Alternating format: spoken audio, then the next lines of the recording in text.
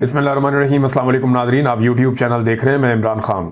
Nadreen, आज 5 अगस्त 2025 है। इमरान खान साहब को गिरफ्तार हुए 2 साल मुकम्मल हो गए हैं। 2023 में 5 अगस्त को इमरान खान साहब को गिरफ्तार किया गया। उससे पहले उन्हें 9 मई को गिरफ्तार किया गया था, जिसके रद्द-ए-अमल में पूरे पाकिस्तान के अंदर बड़ा शदीद एहतजाज हुआ। और फिर 9 मई के बाद ऐसे मुकदमात बना दिए गए कि हज़ारों पाकिस्तान तहरीक इंसाफ के कारकुन, लीडर्स, सबको कुचल के रख दिया गया। लेकिन ये पॉलिटिकल पार्टी ख़त्म नहीं हो सकी और 2024 में इन्होंने तारीखी कामयाबी हासिल की। अब इमरान खान साहब की कॉल पर तहरीक इंसाफ आज के दिन में पूरी कोशिश करेगी कि इस एहतजाजी तहरीक को जो इस वक्त चल रही है उसे अरूज पे ले जा सके, या इस एहतजाजी तहरीक को आज के दिन में पूरी शिद्दत के साथ साबित कर सके। ये पाकिस्तान तहरीक इंसाफ ने करना। पंजाब में तो तहरीक इंसाफ ने अपनी बढ़तरी साबित कर दी है। वो ऐसे कि पंजाब की टांगें कांप रही थी। जिस तरह पंजाब हुकूमत परेशान है, जिस तरह एस्टेब्लिशमेंट परेशान है, जितने पंजाब में छापे मारे गए, जितनी चादर और चार दीवारी का तकद्दुस पामाल किया गया, अजीबोगरीब पुलिस हरकतें कर रही है। यानी एडवांस में मुकदमात भी दर्ज किए जा रहे हैं, लिस्टें बना बना के कारकुनों को गिरफ्तार किया जा रहा है। कई जगह पे दूसरी जमातों के कारकुन भी गलती से गिरफ्तार हो गए। वो फजल रहमान साहब की पार्टी के लोग धमकी दे रहे थे कि हमारे लोगों को ना छोड़ा तो हम ये कर देंगे और वो कर देंगे। बहरहाल वहाँ पंजाब में पाकिस्तान तहरीक इंसाफ ने एक मरतबा फिर अपनी बढ़तरी साबित की है और हुकूमत की बौखलाहट में ये बढ़तरी नजर आ रही है, छापों में, गिरफ्तारियों में ये बढ़तरी नजर आ रही है, चादर और चार दीवारी के तकद्दुस पामाल होने में ये बढ़तरी नजर आ रही है। आईजी पंजाब ने 5 अगस्त से एक दिन पहले उनका एक तकरीब के अंदर खिताब आ रहा था। उसमें वो ये कह रहे थे, जनाब हमें कोई बुरा भला ना कहे, कोई गाली ना दे, कोई हमसे गलती होती है तो उसकी निशानदेही किया करें, हम उसको ठीक करते हैं। फोर्सेज जो हैं वो रात को जागती हैं आपके लिए। तो जनाब ये फोर्सेस जो रात को जाग के आजकल कर रही है ना, इनको सुला दें, बड़ी मेहरबानी है जी साहब। ये रात को जागते हैं तो चादर और चार दीवारी का तकद्दुस पामाल करते हैं, छोटे बच्चों को खौफजदा करते हैं, खवातीन को रुलाते हैं, ये लोगों के घरों के ऊपर जाकर अटैक करते हैं, बदतमीजी करते हैं, बेहूदगी करते हैं। वो सारी हरकतें करते हैं जिनकी आइन में और कानून में कोई गुंजाइश नहीं है। यानी कोई कानून दुनिया का इस बात की इजाज़त नहीं देता जो पाकिस्तान की सिक्योरिटी फोर्सेज या ख़ास तौर पर जो पंजाब पुलिस है वो अपने शहरियों के साथ जो कर रही है, जिनके पैसों से तनख्वाह लेते हैं, जिनके टैक्स में से पैसों से, उन्हीं के घरों के ऊपर जाके धावा बोलते हैं, हमला करते हैं। रोती हुई खवातीन की आवाज़ें रोज़ाना वीडियोस के अंदर आती हैं, बिलखते हुए बच्चों की आवाज़ें, और ये नफ़रत मुंतकिल हो रही है। ये अगली नस्ल में ये नफ़रत मुंतकिल हो रही है। अब सिक्योरिटी फोर्सेज चाहे वो कोई भी है, किसी भी लेवल पर काम करती हैं, पाकिस्तानी उनसे प्यार नहीं करते। और जो आने वाला टाइम है या आने वाली नस्लें हैं वो तो ऐसा दिखाता है कि बाकायदा नफरत करेंगी, जो नफरत उनके दिलों के अंदर बिठाई जा रही है। अब नाज़रीन, असल इम्तिहान जो है वो, यानी पंजाब ने तो अपना इम्तिहान एक तरह से पास किया ना, इतनी फस्ताई है, जबरना वहाँ हुकूमत है। फिर हुकूमत भी एक पागल किस्म की हुकूमत है। वहाँ पे एक टोला बैठा हुआ है जो दिमागी मरीज है, उन्हें टिकटॉक के अलावा समझ ही कुछ नहीं आती, अपनी ज़ात से बाहर वो देख ही नहीं सकते। वो हर एक के साथ मार धाड़ कर रहे हैं। अजीबोगरीबी जो है वो पंजाब के अंदर एक फिल्म चल रही है, एक हुकूमत नहीं चल रही, और वो लोग जबर, फस्तायत, जुल्म की सारी हदें पार करना चाहते हैं और करते चले जा रहे हैं। लेकिन असल इम्तिहान जो है वो गंडापुर का और जुनैद अकबर का आज के दिन में, कि वो कितना बड़ा कर सकते हैं और कितनी आवाम को बाहर निकाल सकते हैं, कितना बंदा बाहर लेकर आ सकते हैं।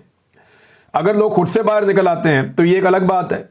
जैसा कि इमरान खान साहब की हुकूमत गिराने के अगले दिन पाकिस्तानी बाहर आ गए थे, जैसा कि 8 फरवरी 2024 को पाकिस्तानी खुद निकल कर बाहर आ गए थे। तो ये पाकिस्तान तहरीक इंसाफ के अंदर एक सरप्राइजिंग एलिमेंट तो हमेशा रहता है कि पब्लिक अचानक से बाहर आ सकती है अपनी मर्जी से। और इसके बावजूद पंजाब में हमने देखा कि इमरान खान का खौफ है, पाकिस्तान तहरीक इंसाफ का खौफ है, लेकिन खैबर पख्तूनख्वा में जो हुकूमत है उसे किसी का खौफ भी नहीं है। और वहाँ पर जो आवाम है वो निकल भी सकती है, उनके ऊपर कोई जुल्म, जबर और कोई ऐसी चीज़ नहीं हो रही। अच्छा, एहतजाज की वजह क्या है, ज़रा इसको ये समझे ना। बहुत सारे लोग जो हुकूमती साइड पे हैं वो ये कहते हैं जी इस एहतजाज का रीज़न क्या है, वजह क्या है। मैं चंद चीज़ें आपके सामने रखता हूँ, आप खुद फैसला कीजिएगा कि क्या ये सारा कुछ हुआ या नहीं हुआ जिसकी बुनियाद पे ये एहतजाज हो रहा है। नंबर 1, इमरान खान साहब की हुकूमत को एक साजिश के तहत ख़त्म कर दिया गया, गिरा दिया गया, और उसके लिए पूरी मनसूबाबंदी हुई थी, वो आप सब जानते हैं।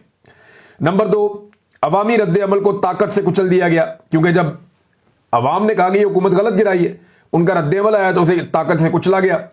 इंसानी हकूक की बदतरीन पामालियाँ की गई, लोगों को आंसू गैस से मारा गया। जो लोगों के साथ जुल्म, जबर और फस्तायत हुई है वो उसके बाद हुई। करप्ट टोले को लाकर उसके बाद मुसल्लत कर दिया गया। अगला जुर्म यह है स्टैब्लिशमेंट का कि एक ऐसा करप्ट टोला जिसे पब्लिक पसंद ही नहीं करती थी, उन लोगों को लाकर बाकी लोगों के साथ मिलाकर उन्हें मुसल्लत कर दिया गया। एक इंपोर्टेड हुकूमत बना दी गई इमरान खान को निकालने के बाद। इस हुकूमत ने आने के बाद अवाम को तबाह बर्बाद कर दिया, मईशत को और मुल्क की हालात का कचूमर निकाल के इन्होंने रख दिया। यानी किसान से लेकर मजदूर तक और ताजिर से लेकर बड़े बिजनेसमैन तक सारे के सारे बर्बाद हो गए। पाकिस्तान के अंदर आम आदमी की जिंदगी अजीरन कर दी इन्होंने, और महंगाई के हाथों और बढ़ती हुई कीमतों के हाथों IMF के आगे इन्होंने इवन पूरा मुल्क गिरवी रख दिया। ये इन्होंने किया, और पाकिस्तान के सबसे मकबूल तरीन लीडर पर सैकड़ों मुकदमात भी उसके बाद इन्होंने बना दिए, क्योंकि इमरान खान साहब काबू नहीं आ रहे थे। फिर उनकी गिरफ्तारी हो गई और सख्त तरीन जेल उन पर और उनकी अहलिया पर मुसल्लत कर दी गई। उसके बाद 8 फरवरी 2024 का इलेक्शन होता है और अवामी शऊर और मैंडेट की बदतरीन तौहीन उसमें की गई। यानी लोगों ने वोट डाला किसी और को, 17 सीटों वालों को लाके इक्तदार में बैठा दिया। ना सिर्फ इक्तदार में बैठा दिया बल्कि आहिस्ता आहिस्ता उन्हें 2/3 अक्सरियत भी दिलवा दी, और इस काम के लिए मखसूस नशिस्तें जो दूसरी जमात ने जीती थी वो भी उनको दिलवा दी। माले गनीमत दे देकर सीटें छीन छीन कर एक एक करके उन्हें 2/3 अक्सरियत भी पाकिस्तान की एस्टेब्लिशमेंट ने दिलवा दी। अगला जुर्म यह किया, और उससे अगला जुर्म यह है कि उन्हें बैठाने के बाद उनके जरिए से आइन का हुलिया बिगाड़ दिया। फिर उसके बाद मीडिया को, अदलिया को और पार्लिमान को, यानी इन समेत हर चीज को पाकिस्तान में हर चीज पे कब्जा कर लिया गया। यानी मीडिया पे आज कब्जा किसका? एस्टेब्लिशमेंट का। अदलिया पे कब्जा किसका? एस्टेब्लिशमेंट का। पार्लिमान पे कब्जा किसका? एस्टेब्लिशमेंट का। पूरी कैबिनेट जो है वो एस्टेब्लिशमेंट की मर्जी से काम करती है। पाकिस्तान में सिविलियन बालादस्ती को खत्म कर दिया गया। उसके बाद आज तमाम फैसले पाकिस्तान की एस्टेब्लिशमेंट करती है, और जो पाकिस्तान की इस वक्त के सियासतदान है जो हुकूमत में है वो बड़े फख्र से कहते हैं कि हम एक हाइब्रिड निज़ाम चला रहे हैं, एक दोगला निज़ाम चला रहे हैं, जिसमें हम सिर्फ सामने बैठे हुए, स्टेडिंग पे कोई और है, हुकूमत कोई और चला रहा है, मुल्क कोई और चला रहा है, हम तो बिल्कुल बिला वजह ही बैठे हुए हैं। हमारी सिर्फ शक्लें आप देख रहे हैं, हमारी कोई औकात नहीं है।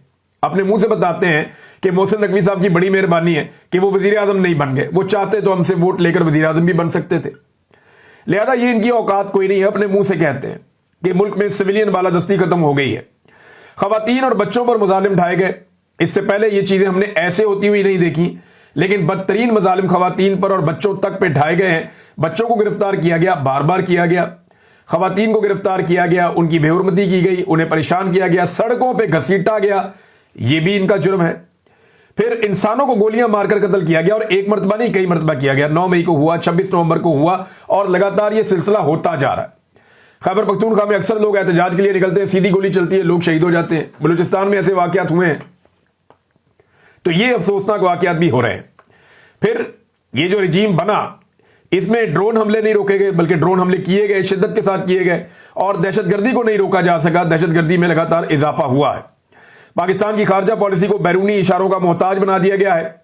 आज जो अमेरिका कहता है वही हम करते हैं, जैसा हुक्म आता है वैसा ही हम करते हैं। आज आप पाकिस्तान में अपनी मर्जी से इसराइल के खिलाफ एहतजाज नहीं कर सकते। आज आप पाकिस्तान में फलस्तीनियों के हक में आप एहतजाज नहीं कर सकते, आवाज नहीं उठा सकते।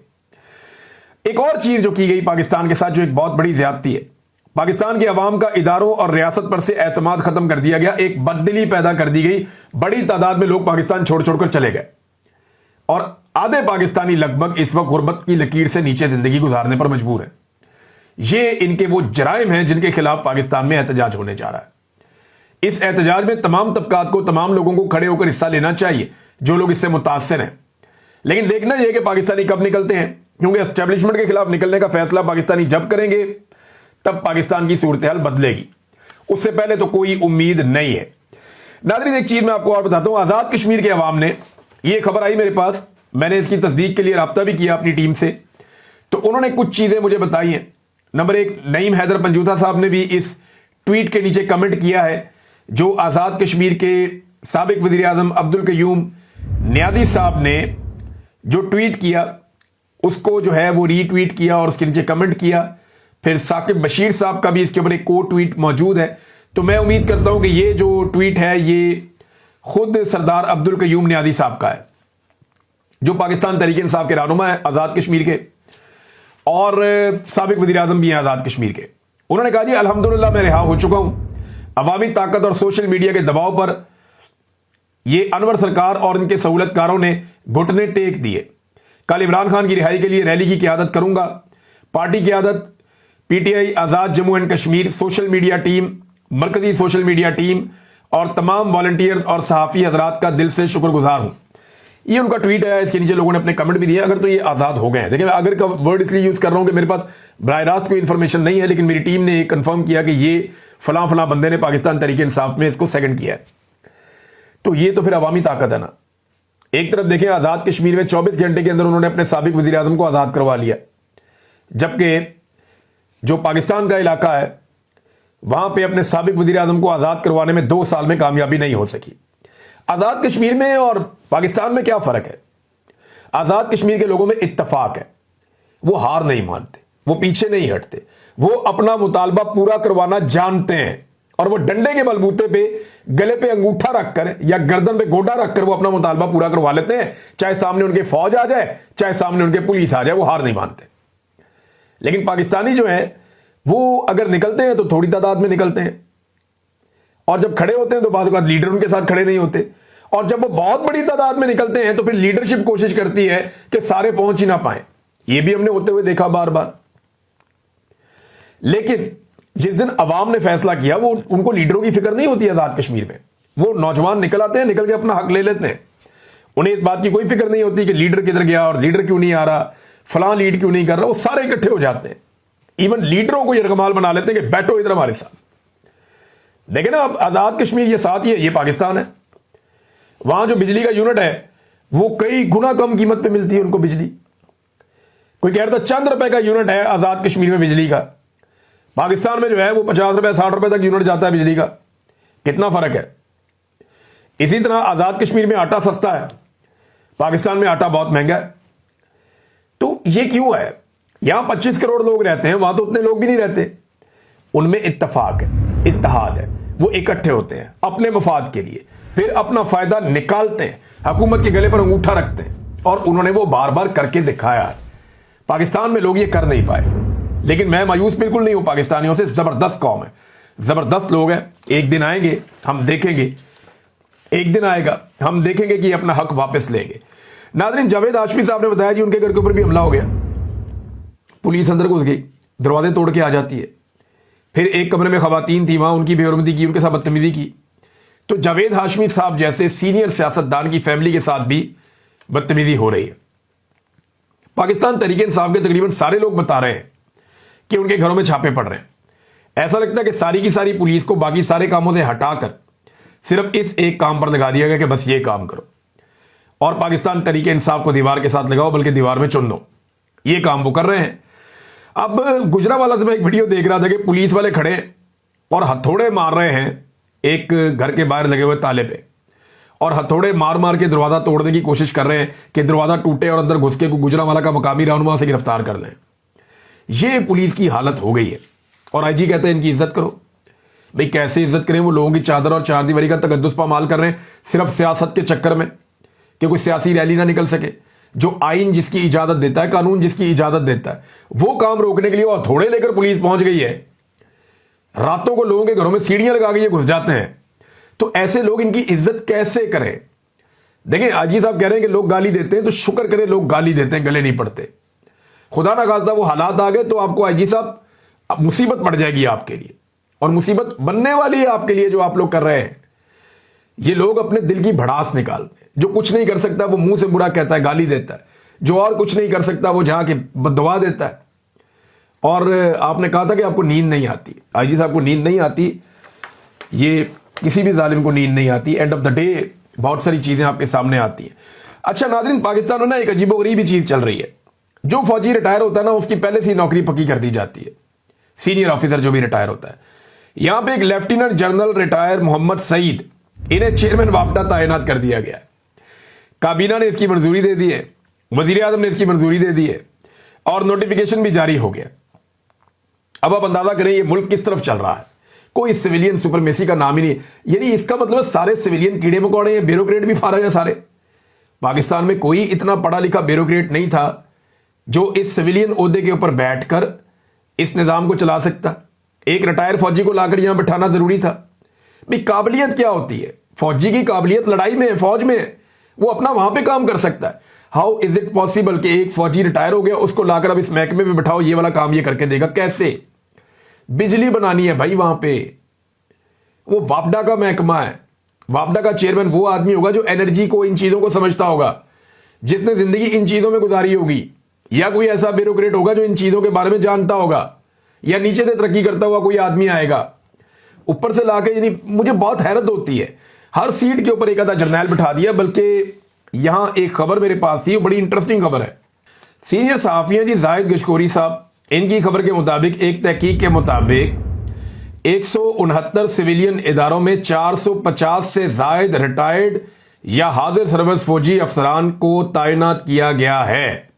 ले अंदाजा कर लें आप, 169 इदारे हैं और उनमें 450 से जायद रिटायर या हाजिर सर्विस। इस मरतबा ये अजीब काम हो रहा है कि हाजिर ड्यूटी पहले फौरन लाके तैनात कर देते हैं। वो 2 साल वाली शर्त भी खत्म। कई लोग रिटायर होते ही फौरी तौर पे लाके तैनात कर दिए जाते हैं। और अभी एक और खबर है इसमें, सीनियर सहाफी असद मलिक साहब ने यह खबर दी है, और यह खबर और भी बहुत सारी जगहों पे आ गई, मीडिया में आ भी गई। एक मेजर जनरल रैंक के अफसर को वजारत दाखिला में एडिशनल सेक्रेटरी के तौर पर मुकर्रर किया गया है। इससे कबल पूरी वजारत का चार्ज एक लेफ्टिनेंट जनरल को सौंपने पर बहस हो रही थी, लेकिन यह मुमकिन नहीं हो सका। नए मुकर्रर शुदा अफसर मेजर जनरल नूर वली पहले एक हसास इदारे में खदमात सर अंजाम दे रहे थे, गालिबन ISI में थे, और इसके बाद इन्हें एडिशनल सेक्रेटरी की हैसियत से यानी ये वजारत दाखिला में भी होंगे और उधर फौज में भी होंगे। मेरी समझ से बाहर है ये कैसे खिचड़ी पकड़ी है पाकिस्तान की, ये करना क्या चाह रहे हैं? FC रेंजर्स और फ्रंटियर कांस्टेबलिटी वगैरह इधर चलिएगी इनके पास। समझ नहीं आ रही मुझे कि सिविलियंस इतने ही बेचारे गए गुजरे हैं। ये ब्यूरोक्रेसी को अपने गिरबान में झांकना चाहिए कि आप ये काम नहीं कर सकते क्या?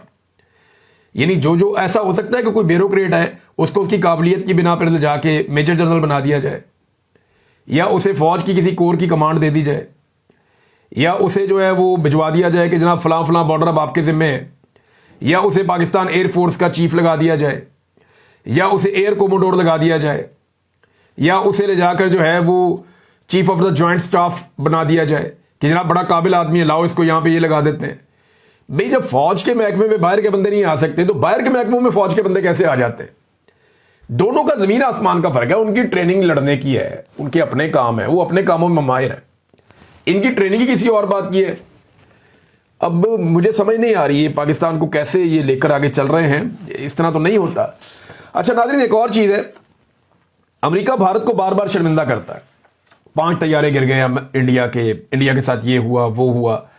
अब आजकल डोनाल्ड ट्रंप बहुत गुस्से में, और डोनाल्ड ट्रंप इंडिया से कुछ ज्यादा तवक्कुआत लगा रहे हैं, जिसपे इंडिया का रद्देअमल आया है। अब जरा आप इंडिया का रद्देअमल देखिएगा। यहां पे ऐसा ही एक रद्देअमल पाकिस्तान ने भी दिया था। जब इमरान खान ने रशिया के साथ पेट्रोल खरीदने का सौदा किया था, तो उस वक्त भी एतराज आया था, और इमरान खान साहब ने बड़ा कैटेगोरिकल किस्म का एक जवाब तब दिया था। अब डोनाल्ड ट्रंप ने कहा जी कि भारत ने रूसी पेट्रोल खरीदना बंद ना किया तो टैरिफ में नुमाया इजाफा कर देंगे हम। और भारत रूसी तेल बड़ी मिकदार में खरीद रहा है, उसका एक बड़ा हिस्सा आलमी मंडी में भारत फरोख्त करके जबरदस्त मुनाफा भी कमा रहा है। और साथ वो ये कह रहा है जी हम मजबूर हो जाएंगे, और रूसी फौज यूक्रेन में लोगों को मार रही है, भारत रूस को फायदा दे रहा है और खुद भी पैसा बना रहा है। तो इस तरह जनाब वो ये कह रहा है कि